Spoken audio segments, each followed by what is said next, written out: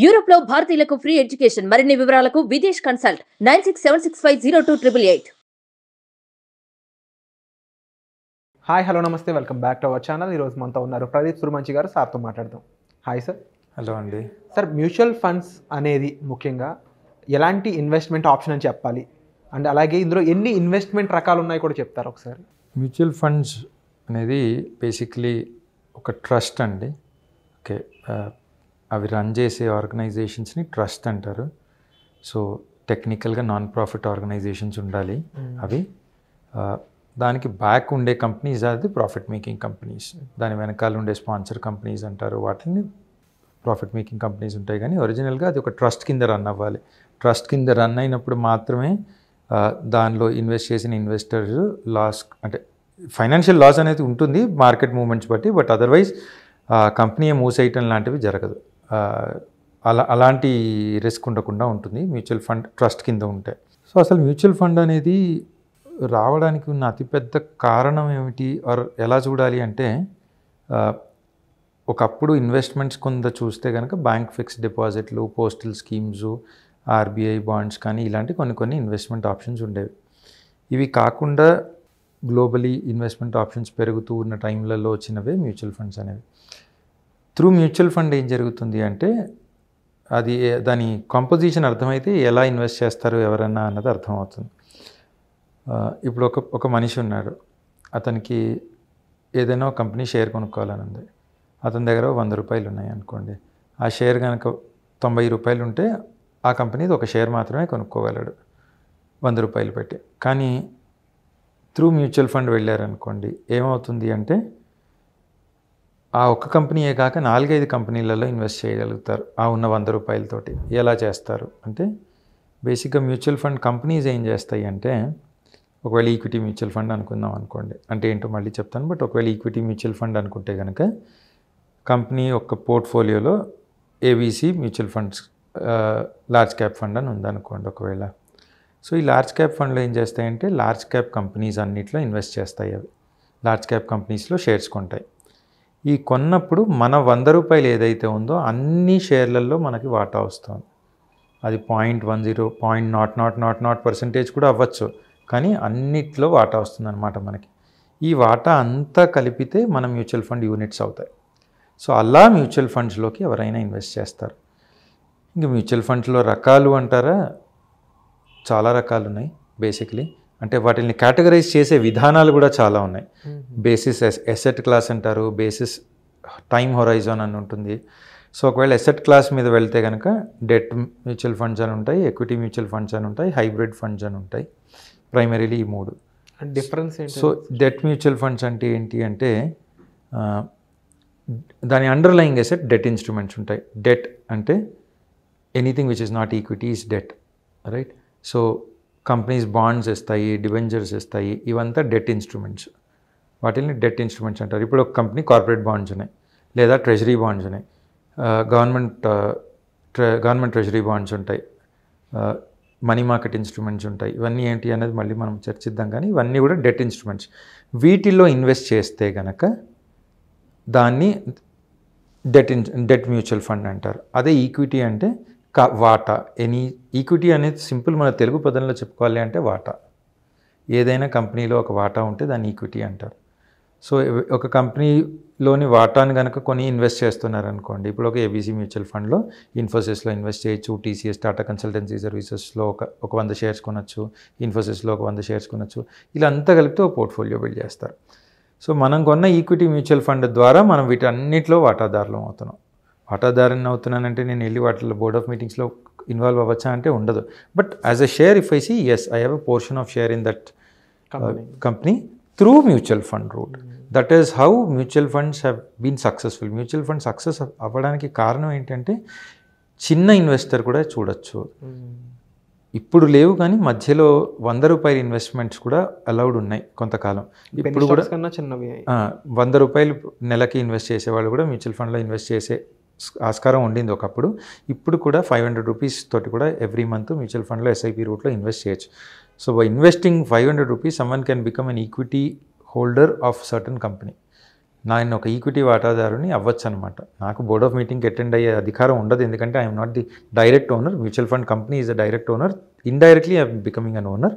దానివల్ల ఆ వాటా ఏదైతే ఉందో ఆ లాభాలలోని వాటా నేను కూడా ఎంజాయ్ చేయగలుగుతాను. సో బేసిస్ అసెట్ క్లాస్ అయితే డెట్ అంటారు, ఈక్విటీ అంటారు. మూడోది హైబ్రిడ్ అంటారు. Hybrid is nothing but mix of both, debt to equity కలిపి మ్యూచువల్ ఫండ్ తయారు చేస్తారు. దానిలో ఓ 50% డెట్, ఓ 50% ఈక్విటీ అవ్వచ్చు, లేకపోతే ఓ 60% ఈక్విటీ, 40% డెట్ అవ్వచ్చు. Hybrid, the very word as it says is రెండు కలిపి ఉన్న వాటిని హైబ్రిడ్ మ్యూచువల్ ఫండ్స్ అంటారు. సో అసెట్ క్లాసెస్ బేసిస్ మీద అయితే ఇలా. అదే టైం హొరైజన్ బేసిస్ మీద అయితే ఓపెన్ ఎండెడ్ మ్యూచువల్ ఫండ్స్ అనొచ్చు, క్లోజ్ ఎండెడ్ మ్యూచువల్ ఫండ్స్ అనొచ్చు. క్లోజ్ ఎండెడ్ మ్యూచువల్ ఫండ్స్ అంటే ఏమీ లేదు, అవి సర్టన్ పీరియడ్కి క్లోజ్డ్గా ఉంటాయి. అంటే మనం ఓపెన్ చేసి కొనుక్కుంటాం, ఓపెన్ స్టార్ట్ అయ్యే ముందు కొనుక్కున్నాక 3 ఏళ్ళు 5 ఏళ్ళు క్లోజ్డ్గా ఉంటాయి. అంతలోపల మనం బయటికి రాలేం వాటి నుంచి. ఓపెన్ ఎండెడ్ మ్యూచువల్ ఫండ్స్ అంటే ఎప్పుడైనా కొనొచ్చు, ఎప్పుడైనా ఎగ్జిట్ అవ్వచ్చు. ఎప్పుడైనా కూడా వీటిని T+2 డే అంటారు. అంటే మనం ఇన్వెస్ట్ చేసిన రోజు ట్రాన్సాక్షన్ డే అయితే ఆ తర్వాత 2 days ఎప్పుడైతే నెక్స్ట్ డేనే కూడా వచ్చేసేయచ్చు కావాలంటే. నెక్స్ట్ డేనే కూడా బయటికి ఎగ్జిట్ అయిపోవచ్చు. రిడెంప్షన్ ప్రాసెస్కి T+2 డేస్ అంటారు. అంటే మనం ఒకవేళ నెక్స్ట్ డే కనుక ఎగ్జిట్ అయిపోతే మనకు మళ్ళీ అకౌంట్లోకి డబ్బులు వచ్చేయడానికి 2 రోజులు పడుతుంది. 3వ రోజు మన అకౌంట్లోకి డబ్బులు ఉంటాయి. ఓపెన్ ఎండెడ్ మ్యూచువల్ ఫండ్స్ అనే దానికి ఎటువంటి రెస్ట్రిక్షన్ లేదు. ఎప్పుడైనా ఇన్వెస్ట్ చేయొచ్చు, ఎప్పుడైనా ఎగ్జిట్ అవ్వచ్చు. జస్ట్ దట్ మనం ఎగ్జిట్ అయిన దగ్గర నుంచి 3వ రోజుకి మన అకౌంట్లోకి టెక్నికలీ డబ్బులు వచ్చేస్తాయి. ఒక చిన్న హిండ్రెన్స్ ఏంటి అంటే 1 year లోపు ఎగ్జిట్ అయ్యే వాళ్ళకి ఎగ్జిట్ లోడ్ అనేది ఉంటుంది. ఎగ్జిట్ లోడ్ జనరల్గా 1% ఉంటుంది అన్ని ఈక్విటీ ఫండ్స్లో కూడా. అదే 1 year దాటిన తర్వాత ఎగ్జిట్ అయితే అది కూడా ఉండదు.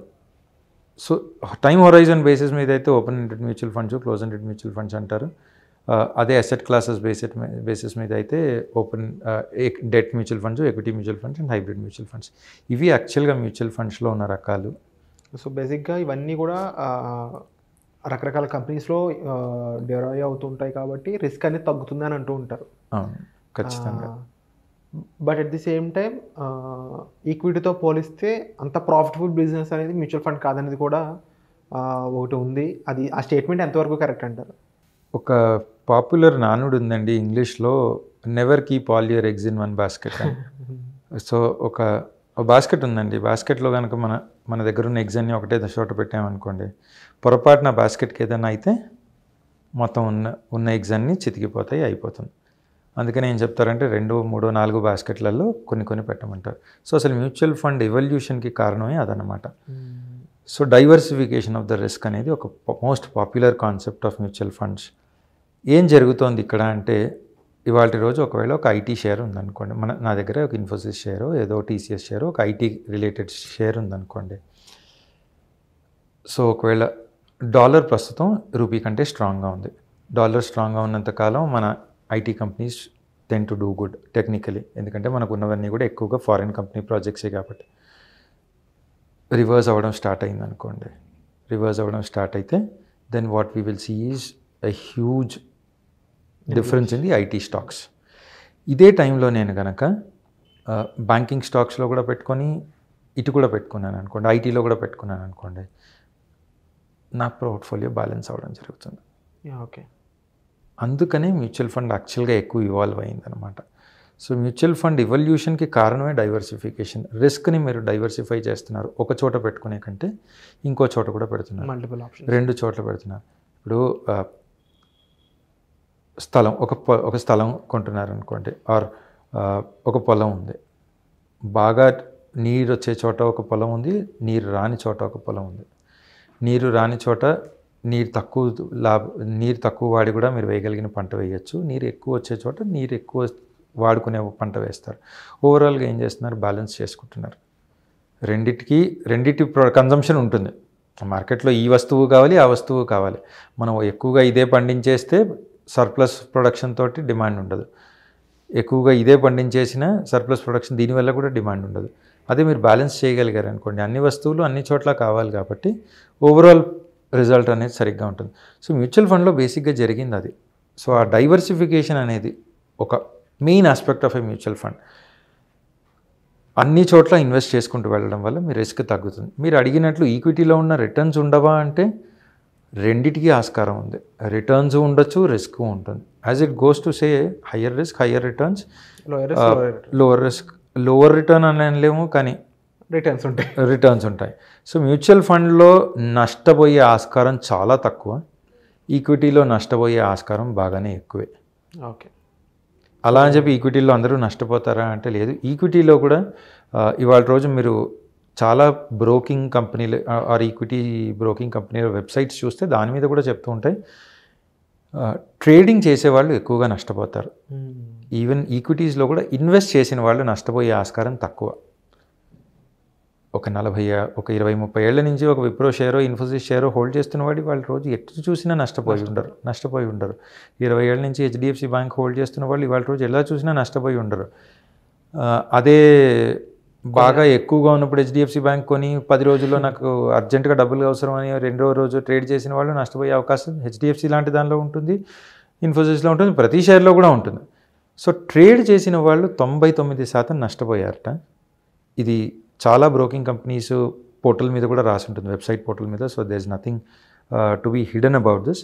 More than 99% of the people who trade end up in losses. So while people who invest generally don't make losses. True sir. And తప్పకుండా ఈ ట్రేడింగ్కి అండ్ ఇన్వెస్ట్మెంట్కి ఉన్న డిఫరెన్స్ కూడా తెలియాల్సిన ఆస్కారం ఉంది. ఎందుకంటే ఇనిషియల్గా ఎవరికైనా స్టాక్ మార్కెట్ కానీ మ్యూచువల్ ఫండ్స్ కానీ వీటి గురించి తెలిసినప్పుడు ట్రేడర్ అనే మార్క్ వెంటనే వచ్చేస్తూ ఉంది రైట్ నౌ.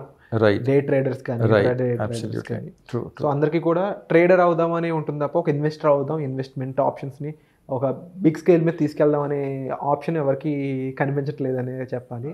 ఇన్ దట్ టైంలో చాలామందికి మ్యూచువల్ ఫండ్స్ అనే అవగాహన కూడా అవసరం. ఎందుకంటే ఒక పక్కన ఇలాంటి వాళ్ళు ఎలా ఉన్నారో ఒక స్టేబుల్ ఇన్కమ్ లేకపోతే ఒక స్టేబుల్ ఇన్వెస్ట్మెంట్ పెడదాం అనే వాళ్ళు కూడా అంతేమంది ఉన్నారు. సో తప్పకుండా వాళ్ళందరికీ కూడా మీరు చెప్పే ఇన్ఫర్మేషన్ ఏదైతే ఉందో అది అంతమందికి రీచ్ అవ్వాలని నేను మనస్ఫూర్తిగా కోరుకుంటున్నాను. And at the same time thank you so much sir. Thank you Virat గారు.